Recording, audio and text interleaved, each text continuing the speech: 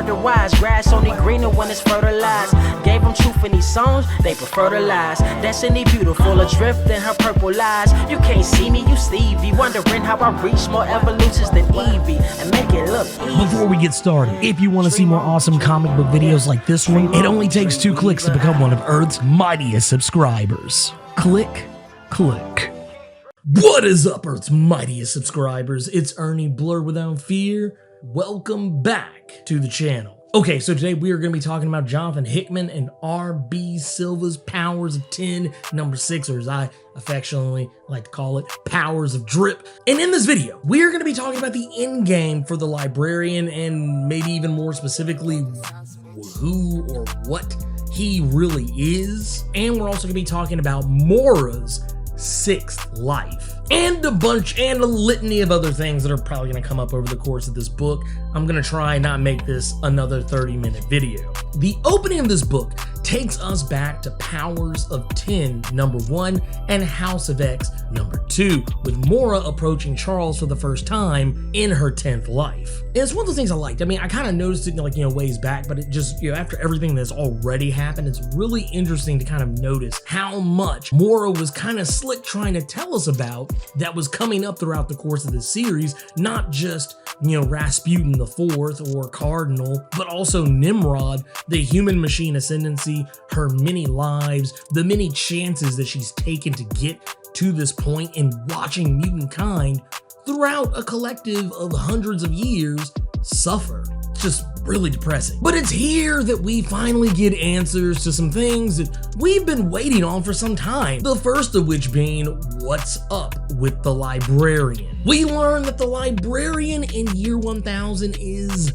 not a mutant. He's not even the next evolutionary step in mutant kind. This may have been something addressed earlier, but I'm gonna be brutally honest with you, I wasn't paying attention because I largely checked out on a lot of the year 1000 storyline because it was putting me to sleep. The librarian is what is called homo novissima, a post-humanity outcome from the bonding of humanity and technology, with each helping the other reach their next and inevitable evolutionary step until one of them reaches their end state. Basically, they co-sign each other until they can't co-sign no more. More or less, it seems the human machine ascendancy is something that always occurs if humanity hangs around long enough. So it makes me wonder if the human machine ascendancy will return when Dawn of X kicks off. Like, will the human machine ascendancy be kickstarted? Because we still haven't seen what's going on with Dr. Gregor and Omega Sentinel, so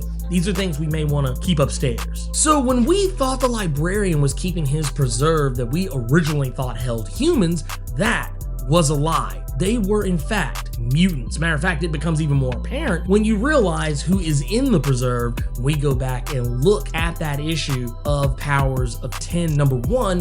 When they show us those characters that are in the preserve, one of them is really gonna stick out to you. And I won't lie, this part kind of tricked me because it seemed when the preserve was first mentioned, they were talking about Homo sapiens, but apparently mid-conversation, they switched gears and were referring to mutants, which is really confusing. But honestly, if you've ever spoken to me, I switch gears a lot in conversations if you ever talk to me in the really real world, so I kind of get it. 2 particular mutants we learned were in that preserve, and kind of going back to what I stated earlier about, a familiar face, one of them is Wolverine, the other being Moira McTaggart. And Wolverine, being Wolverine, attacks the librarian whose brain is apparently so fast, he processes information and disseminates it to his body functions faster than Wolverine can even move.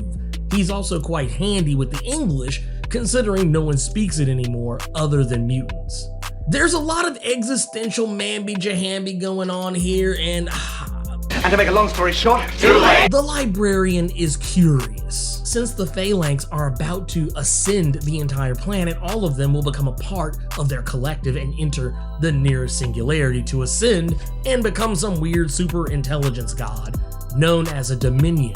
Something mentioned in previous issues of Powers of 10, but nothing I've spent time on because boring. What's really of note here is that the librarian has been keeping tabs on Wolverine and Moira since they've been in the preserve, he knows what Moira is and how she reincarnates. And right now, he's not sure if he should let her be absorbed into the Phalanx collective now to preserve this timeline and he becomes a god alongside the Phalanx, or let her escape it and know life beyond the Phalanx and take it to her next life. Something that, by his own admission, would annihilate the timeline they're currently in and give her power over the Phalanx that they would not desire for her to have. Someone having knowledge of them and their designs on the future. At least to me, that's what it seems like is being said here. I'm not gonna lie. Out of this whole House of X and Powers of 10 thing, this has been the weakest particular facet of this entire storyline. However, I do think it's very important to note that when Moira reincarnates, the librarian, he pretty much tells us that yes, those timelines are annihilated. They no longer exist. Now, I know this is something that technically was common sense. We knew it, but I often get questions from you, the gentle listeners, the gentle viewers. Ladies and gentlemen, I usually get questions on the regular, whether it's here on Twitter or in the Discord, where people ask, what about the other lives? Do they still count? Well, now you have a definitive answer. They don't. They're annihilated, they're gone, finito. So there you go. The more you know. Regardless of all this, the librarian wants to see what Moira can accomplish if given a chance.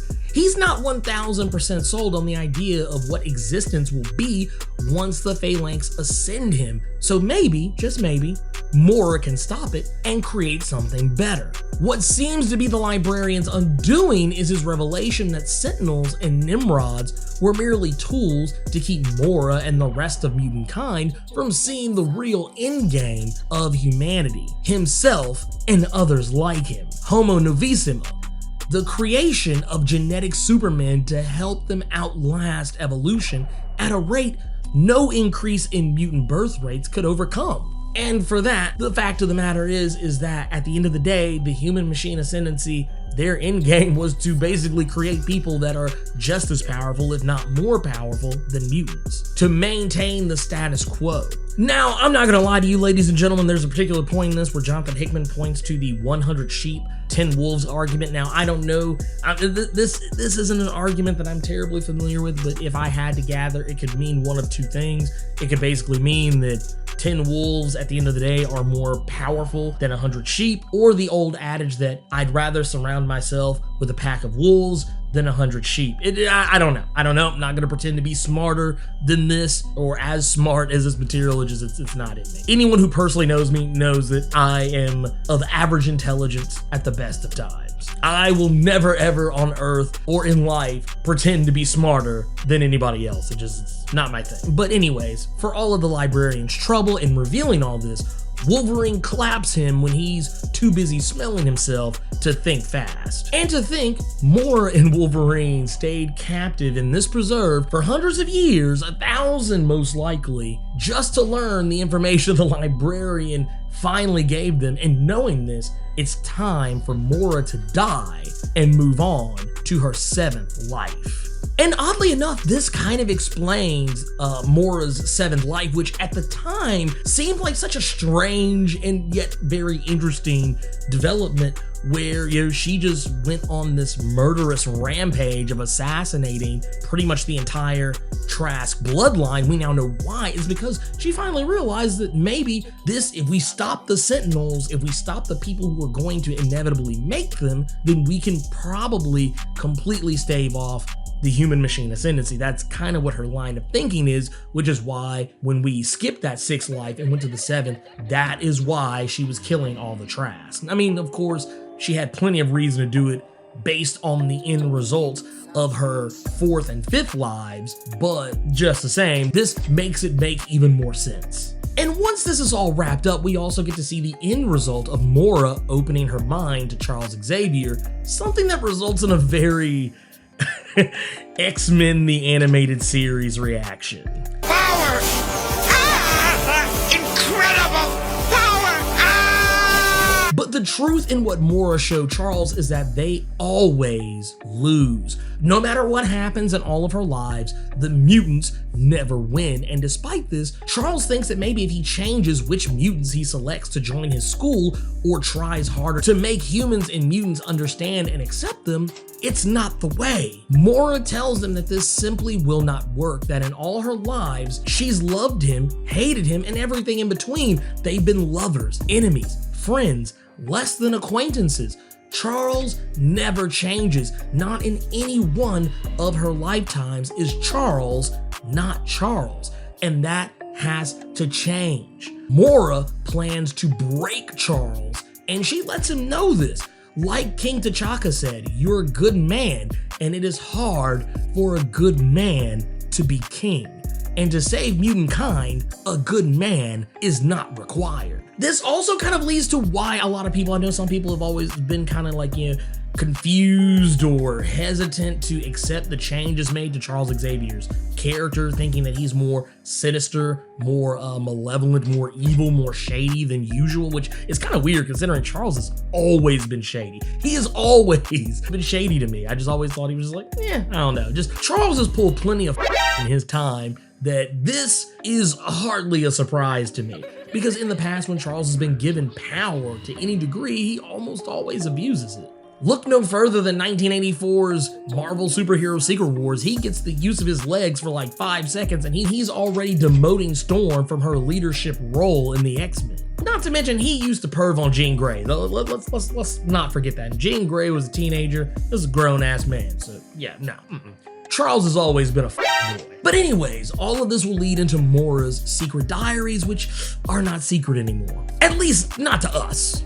And this is where she catalogs her time trying to convince Charles to change and how over time he eventually does, but it was never easy. And in some cases, maybe she was too good at breaking him.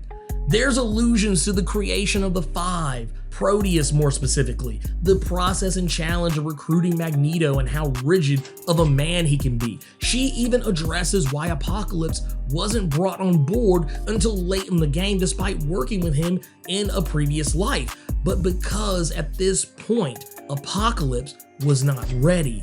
He needed to experience everything that we know of in the X-Men's history to be prepared to work with them. We also learned that Mr. Sinister was never part of Moira's plans because he introduces a facet from one of her previous lives that she felt they weren't ready for. Chimeras. Something that Sinister has already created decades ahead of time because he is one. So I guess it's safe to say his human mutate status has been revoked and now he is officially a chimera. Or maybe both. Maybe it's one of those potato things, like where for humans, he's a human mutate. To mutants, he's a chimera. Either way, I'm here for it. We even learn that Magneto leaves them at some point, citing differences of ideology during the formation of Krakoa, has a difference of ideology with Moira and or Charles Xavier, and he leaves them, potentially becoming a greater enemy to them than anything else. But he does eventually come back, and in some of the redacted material, we can see that Moira says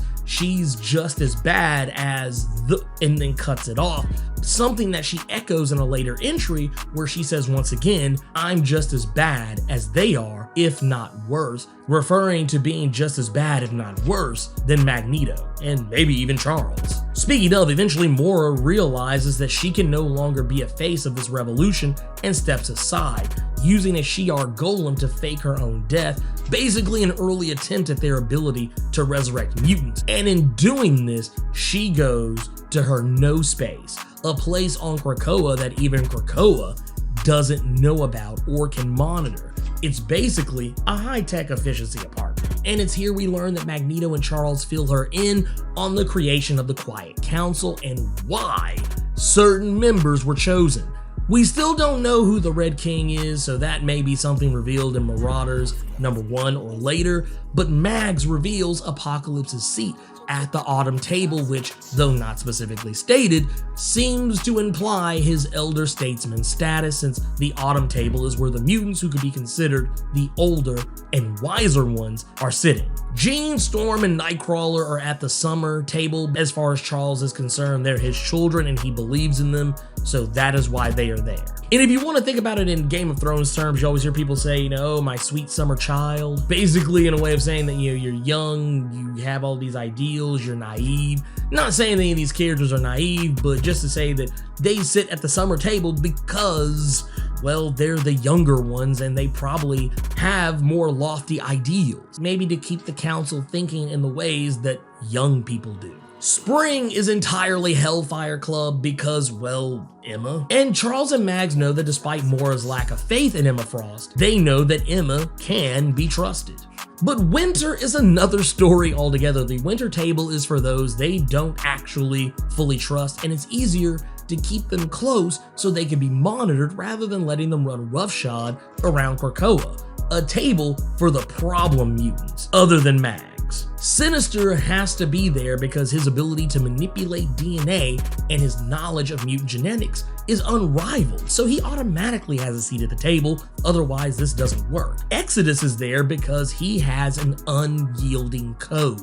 Maybe even more unyielding than Magneto or Charles Xavier for that matter. A complication that they, as well as Moira, can respect. Mystique, well, she wanted a guarantee, and it's what was always suspected. Destiny. She wants Destiny to be resurrected, something that Moira is 1000% against. Not because she hates her or because, you know, she still holds a grudge because Destiny had her killed, but because Moira has a strict rule that Charles and Magneto seem to agree with. No precogs on Krakoa. Because a precog can see the future. A mutant who can see the future will know the truth that the mutants have never won and that they might never win. That could completely tear down the morale of Krakoa and pretty much destroy the entire mission. More importantly, a precog will know that if Moira dies, this all ends. They can't risk a detractor, potential or otherwise, having this knowledge. Hence why characters like Blindfold haven't been revived. A character who committed suicide in Matthew Rosenberg's Uncanny X-Men number 11 because she saw too much of the future. So for now, Mags and Charles are playing the maybe later game with Mystique, hoping she will let it go until they're ready to reveal the truth, because knowing the truth might actually help them build the future they want, because just because you know the future doesn't mean you can't change it. And now things are different. Moira has elevated them. They now know things they never would have known before. They have become people they didn't know they could become. And now that they've become these things are different. Things aren't like before. Charles is not the same person that he was before. Magneto is not the same person that he was before. And picking up from where we left off with Magneto and Charles in House of X number 6, we learn that Charles and Mags are fully putting respect on Moira's name, that she is in fact the linchpin of all this, even though we knew this since House of X number 2, but they are putting respect on her name right now in print. And they're also telling us that they are prepared to do whatever it takes to get this job done, that they're willing to die for this cause, for this nation, for mutant kind, for everything, and be resurrected and die again just the same if need be. They are that committed to the cause, even going as far as saying that yes, if the humans trying to take us down, if they try to stop us, let them try, let them come, run up and get done up. And Charles agreed. It's a beautiful thing because you got to look at this. You look at the fact that Charles Xavier, he is still, even though yes, technically he has changed his demeanor, he still has this vision of offering humanity peace. But at the same time, Magneto is there to represent what can happen when things go wrong, and it's time to retaliate. Like Magneto said in the previous issue of House of X number 6, he said it himself that we will not seek out war with humanity, but if they want it, if they want the smoke, they will get the smoke. So that's everything. That's everything right then and there. Everything, I mean, basically they do give us some stuff at the very end, and I'm not going through the trouble of trying to decipher the Krakoan language that they put in the back of these books, because honestly, there's nothing there. It is always just the titles of whatever the next issue is going to be. And I mean, is it really that important? I mean, we know that these books are coming out. I think that's kind of enough. We have the list. Dawn of X is about to start.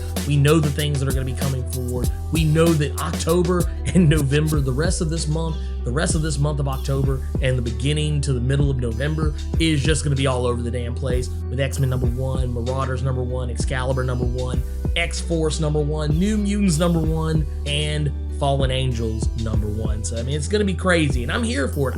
Overall, I've enjoyed this series. Yes, I think every single part of it has been great, except for one facet of it, and that is the Year 1000 story arc. I honestly feel like maybe the focus of the Year 1000 story arc, if they just would have maybe focused a little more on that setup. I get it, yeah, the nature of the storytelling techniques that Hickman is using, yes, they kind of had to hold off on that, but I feel like they spent so much time being so esoteric with Year 1000 that they kind of built it up to be this grand thing, and then you get to this middle point where it just gets squirrely and weird, and then they finally reveal in the end what's really going on, and it's like, that's cool, but by the time you revealed it, I was already kind of checked out of it. But everything else leading up from Year 0 to Year 10 to Year 100, I thought all that stuff was great. Year 1000 is the only part. The stuff with the librarian and the preserve and the phalanx, which that, once again, that pains me because I love the phalanx, but all that stuff I thought was kind of like, whatever. But that said, everything else I thought was fantastic, so I mean, there you go.